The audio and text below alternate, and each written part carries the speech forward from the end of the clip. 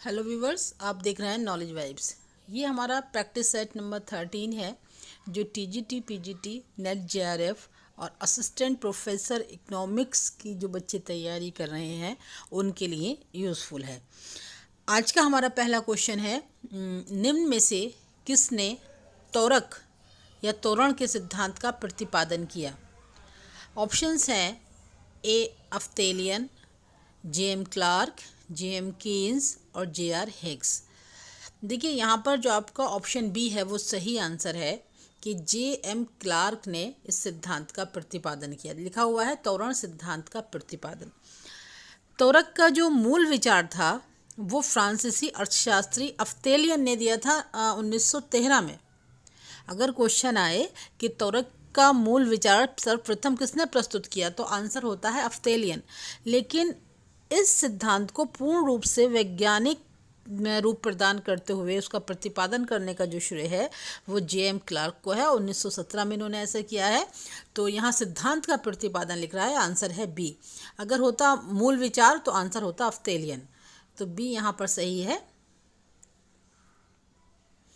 इसके बाद दूसरा है कि निम्न में से कौन सा कथन रैखिक कीनजीय उपभोग फलन के लिए सत्य नहीं है? सीमांत उपभोग प्रवृत्ति स्थिर रहती है, औसत उपभोग प्रवृत्ति स्थिर होती है, सीमांत उपभोग प्रवृत्ति और औसत उपभोग प्रवृत्ति से अधिक होती है, या सीमांत उपभोग प्रवृत्ति औसत उपभोग प्रवृत्ति से कम होती है। देखिए यहाँ पर इसने कहा है रैखिक केंद्रीय उपभोग फलन। तो जब उपभोग फलन रैखिक होगा यानी C is equal to A plus B Y होगा, तब यहाँ पर MPC स्थिर होती है। लेकिन जो आपकी औसत उपभोग प्रवृत्ति है वो स्थिर नहीं होती है और आय बढ़ने पर जो MPC जो APC है वो घट जाती है। तो ऑप्शन यहाँ पर बी आपका ठीक है। ये कथन सत्य नहीं है केन्जियन जो उपभोग फलन है मनोवैज्ञानिक उसके अनुसार कि यहाँ पर अगर आय बढ़ेगी तो आपकी जो APC है यानी औसत उपभोग प्रवृत्ति है APC वो आपकी घट जाती है, जबकि MPC आपकी स्थिर रहती है। तो यहाँ पर भी सही है। क्वेश्चन थर्ड है कि निम्नलिखित में से कौन सा कथन सत्य है? MPC 3 होने पर गुणक 3 होता है, S वक्र में I वक्र से कम ढाल होता है, GSP संतुलन पूर्ण रोजगार स्तर उत्पादन का दूसरा नाम है, अगर संचय आय के साथ नहीं बढ़े तो आय बचत वक्र जो है वो समतल ही रहता है। तो देखिए ये तीनों ही गलत हैं, क्योंकि जो गुणक का फॉर्मूला है 1/1 माइनस MPC है, और अगर MPC 3 हो तो फिर K जो है वो 3 आ नहीं सकता, तो पहला गलत है। और IS वक्र जो है विश्लेषण है उसमें S वक्र का ढाल I वक्र से कम नहीं होता है, ये भी गलत है और ये भी गलत है। यहाँ पर चौथा आंसर ठीक है कि अगर संचय यानी बचत ही को संचय कहते हैं, आय के साथ अगर नहीं बढ़े तो आय बचत वक्र समतल ही होगा। आय के साथ साथ संचय बढ़ेगा तो ये धनात्मक हो जाएगा, आय के साथ साथ संचय आय बढ़ने के साथ अगर संचय घटेगा तो ये नीचे की तरफ चला जाएगा।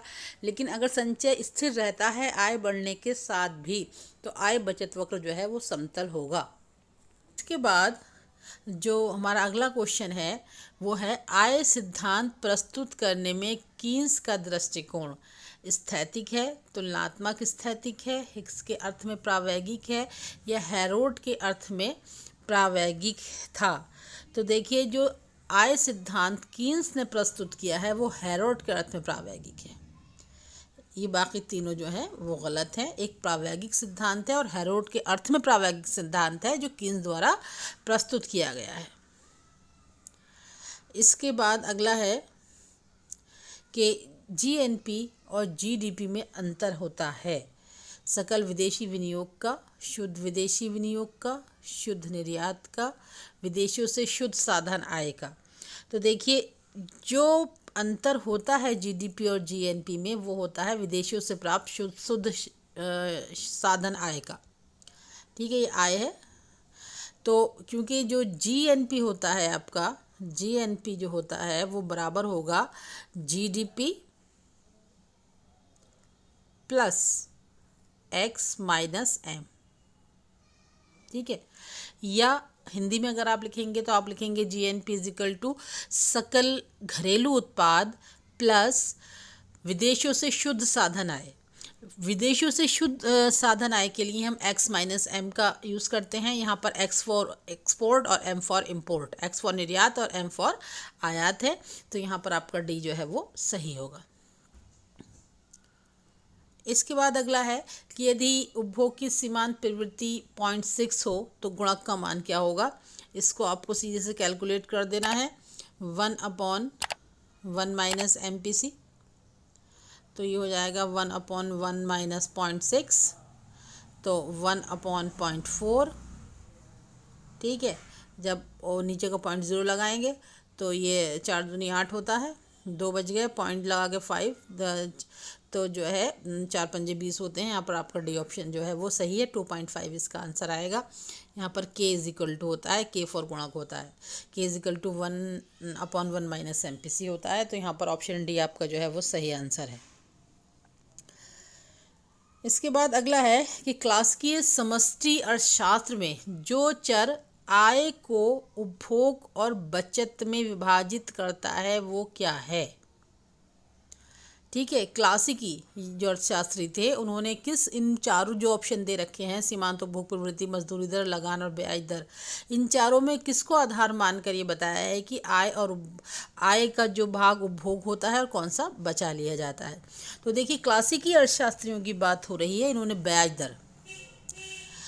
दर वो तत्व माना है जो आय को उपभोग और बचत में विभाजित कर देता है, क्योंकि क्लासिकी अर्थशास्त्रियों का ये मानना था कि जो बचत होती है उसका विनियोग कर दिया जाता है, और अगर ब्याज दरें अधिक होंगी तो लोग जो है ज़्यादा इन्वेस्टमेंट करेंगे, तो यहाँ पर जो है वो डी ऑप्शन आपका सही है।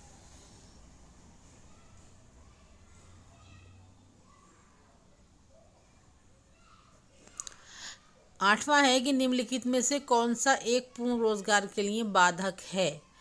लोचदार मजदूरी दर, से का बाजार नियम, प्रभावी श्रम संघ या लोचदार ब्याज संघ। तो यहाँ पर जो है आपका बी ऑप्शन ठीक है कि पूर्ण रोजगार के लिए से का बाजार नियम बाधक है। से का बाजार नियम आपको बचत और निवेश अलग ये बताता है कि supply creates its own demand, जो पूर्ति होती है वो खुद अपनी जो है मांग पैदा कर लेती है। लेकिन जबकि कीन्स ने बताया है कि जो बचत है और जो निवेश है वो अलग अलग लोगों के द्वारा किया जाता है और जनता की कुल मांग में कमी कर देता है। समझ रहे हैं, जो निवेश है वो एक अलग व्यक्ति करेगा और जो बचत है वो एक अलग व्यक्ति द्वारा की जाती है।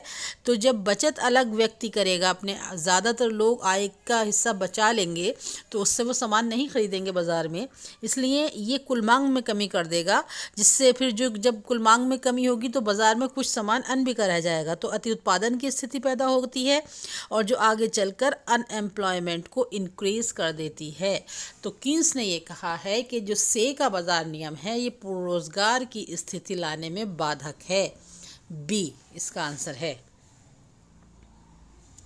इसके बाद अगला है प्रोफेसर पीगू मंदी काल में बेरोजगारी को दूर करने की सलाह देते थे, मजदूरी को बढ़ाने की, मजदूरी को घटाने की, मजदूरी को स्थिर रखने की, या इनमें से कोई भी नहीं।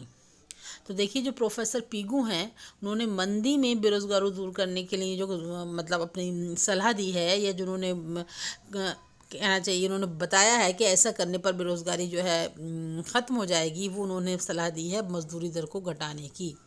उनका मानना ऐसा था, मान लीजिए 10 लोग काम कर रहे हैं 100 रुपये की मजदूरी पे, 100 रुपये की मजदूरी पा रहे हैं और 10 लोग काम कर रहे हैं, तो 10 लोग काम कर रहे हैं तो आप उन्हें 1000 रुपये पे कर रहे हैं। उनका ऐसा मानना था कि मजदूरी की दर घटाकर यदि आप यहाँ पर 50 रुपये कर दें तो आप 10 और लोगों को रोज़गार दे पाएंगे, तो वही पैसा आप 20 लोगों को दे पाएंगे, तो यहाँ जो है बेरोज़गारी जो है वो घट जाएगी। ऐसा प्रोफेसर पीगू का मानना था कि मजदूरी घटाने से मंदी काल में बेरोज़गारी को कम किया जा सकता है या रोज़गार को बढ़ाया जा सकता है। ऑप्शन बी सही है। इसके बाद अगला है कि प्रभावपूर्ण मांग निर्भर करती है कुल मांग क्रिया पर, कुल पूर्ति क्रिया पर, ए और बी पर, या उपरोक्त में से कोई नहीं। तो देखिए प्रभावपूर्ण मांग जो है वो कीन्स के रोजगार सिद्धांत का प्रारंभिक बिंदु है, और जो प्रभावपूर्ण मांग है यानी इफेक्टिव डिमांड है वो बराबर होती है ए डी, जो एग्रीगेट डिमांड फंक्शन है, प्लस जो एग्रीगेट आपकी सप्लाई फंक्शन है, यानी ये और ये दोनों इसमें शामिल होते हैं। तो यहाँ पर ऑप्शन सी आपका राइट आंसर है। इससे अगला है कि कीन्सवादी रोजगार सिद्धांत को कहते हैं प्रभावपूर्ण मांग का सिद्धांत, प्रभावपूर्ण पूर्ति का सिद्धांत, उपभोग का सिद्धांत, या विनियोग का सिद्धांत। तो यहाँ पर आपका ऑप्शन ए ठीक है कि कीन्सवादी का जो कीन्स का रोजगार सिद्धांत है वो प्रभावपूर्ण मांग का सिद्धांत है। इनके जो रोजगार सिद्धांत है उसका जो केंद्र बिंदु है वो प्रभावपूर्ण मांग है, इफेक्टिव डिमांड है। इसके बाद अगला है कीन्स रोजगार विश्लेषण आधारित है व्याख्या पर, अल्पकालीन पर, दीर्घकालीन व्याख्या पर, दोनों पर, या दोनों में से कोई नहीं। तो यहाँ पर भी सीधा सीधा आंसर है कि जो कीन्स का रोजगार सिद्धांत है वो अल्पकालीन विश्लेषण है। तो यहाँ पर आपका ए सही है, दीर्घकाल में ये लागू नहीं होता है। इसके बाद अगले पर आ जाइए कि कीन्स के अनुसार उत्पत्ति के साधनों की पूर्ति होती है लोचदार, अत्यधिक लोचदार, इनमें से कोई नहीं, या बेलोचदार। तो देखिए जो कीन्स हैं उनके अनुसार उत्पत्ति के साधनों की पूर्ति जो है वो बेलोचदार होती है। बेलोचदार से मतलब है कि एक समय पर जो उत्पत्ति के साधन हैं, क्योंकि इनका अल्पकालीन विश्लेषण है, ये याद रखना है कि जो इनका रोजगार का सिद्धांत है या जो इनका रोजगार विश्लेषण है वो अल्पकालीन विश्लेषण है। तो यहाँ पर उत्पत्ति के साधनों की पूर्ति जो है वो बेलोचदार होगी, क्योंकि उत्पत्ति के साधनों की पूर्ति बेलोचदार होने से मतलब है कि जो समय है, जो अवधि है, जो ड्यूरेशन टाइम जिसका हम बात कर रहे हैं उसमें उत्पत्ति के जो साधनों में हैं उसमें कमी या बढ़ोतरी हम ना कर पाएँ। तो यहाँ पर डी आएगा आंसर, बेलोचदार। इसके बाद अगला है कि कीन्स के रोजगार विश्लेषण में पूंजी उत्पाद अनुपात रहता है स्थिर, परिवर्तनशील, या अनिश्चित। तो देखिए जो कीन्स का रोजगार विश्लेषण है उसमें पूंजी उत्पाद अनुपात को कीन्स स्थिर मानते हैं, ठीक है, क्योंकि कीन्स जो हैं उन्होंने उत्पाद तकनीक, श्रमिकों की कुशलता और पूंजीगत उपकरणों सभी की उपलब्धता को स्थिर माना है। तो इसलिए जो उनका पूंजी उत्पाद अनुपात है वो हमेशा स्थिर रहेगा उनके रोजगार विश्लेषण में। ऑप्शन ए आपका ठीक है। इसके बाद अगला है और हमारे आज के सेट का लास्ट क्वेश्चन है कि निम्न में से सही कथन चुनिए कि प्रभावपूर्ण मांग का सिद्धांत कीन्सवादी विश्लेषण की प्रमुख देन है। कीन्सवादी विश्लेषण दीर्घकालीन है। कीन्सवादी विश्लेषण में उपभोग प्रवृत्ति महत्वपूर्ण होती है, उपरोक्त में से कोई नहीं। तो देखिए यहाँ पर भी आपका जो ऑप्शन ए है वो ठीक है कि प्रभावपूर्ण मांग का सिद्धांत कीन्सवादी विश्लेषण की प्रमुख देन है, क्योंकि जो प्रभावपूर्ण मांग होती है वो ED = ADF + ASF होती है, और प्रभावपूर्ण मांग उस संपूर्ण व्यय को व्यक्त करती है जो रोजगार के किसी संतुलन स्तर पर किए गए कुल उत्पादन पर किया जाता है। यानी एक समय में जो प्रोडक्शन आपकी अर्थव्यवस्था में मौजूद होता है उस पर जो इकोनॉमी है उस पर उस प्रोडक्शन को ख़रीदने के लिए कितना पैसा व्यय किया जा रहा है उसको व्यक्त करती है। या आप ऐसे समझ लें कि जो लोगों के पास पैसा है खर्च करने के लिए वो उससे कितनी वस्तु की मांग वहाँ से पैदा कर पा रहे हैं, तो वो प्रभावपूर्ण मांग होगी, ठीक है। और अगर उनके पास इतना पैसा है, उनकी खर्च करने की इच्छा इतनी है कि उस टाइम में उपलब्ध बाज़ार के सारा ही प्रोडक्शन वो ख़रीद लें तो वो समग्र पूर्ति के बराबर हो जाएगी, ठीक है। तो इसलिए जो प्रभावपूर्ण मांग है वो ADF और ASF के बराबर होती है, और जो कीन्सवादी विश्लेषण है उसको जो प्रभावपूर्ण मांग का सिद्धांत है वो प्रमुख देन उसका माना जाता है। कीन्स ने बहुत सारे सिद्धांत दिए हैं, बहुत इम्पोर्टेंट हैं इकोनॉमिक्स में, और कीन्स रिलेटेड बहुत सारे क्वेश्चन आते हैं। कीन्स को आप विस्तृत रूप से पढ़िए तो उसमें से आपको 4-5 क्वेश्चन जो हैं ज़रूर PGT TGT या सभी इकोनॉमिक्स से रिलेटेड एग्ज़ाम्स में मिलेंगे। इसके बाद ये क्वेश्चन है जिसका आंसर आपको देना है कि ये एक वक्तव्य है कि तर्क के आधार पर कीन्स के रोजगार सिद्धांत का प्रारंभिक बिंदु प्रभावपूर्ण मांग का सिद्धांत है। ये किसने कहा है? रॉबर्टसन ने, फिशर ने, स्टिगलर ने या डिलार्ड ने। नीचे जो है ये है डिलार्ड, डिलाई तो कोई नाम ही नहीं है, डिलार्ड।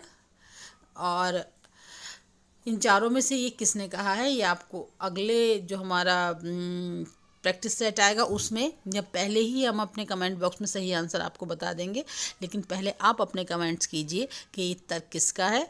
और हमारी वीडियो अगर आपको पसंद आती हो तो इसको लाइक और शेयर करें और हमारे चैनल को सब्सक्राइब करें।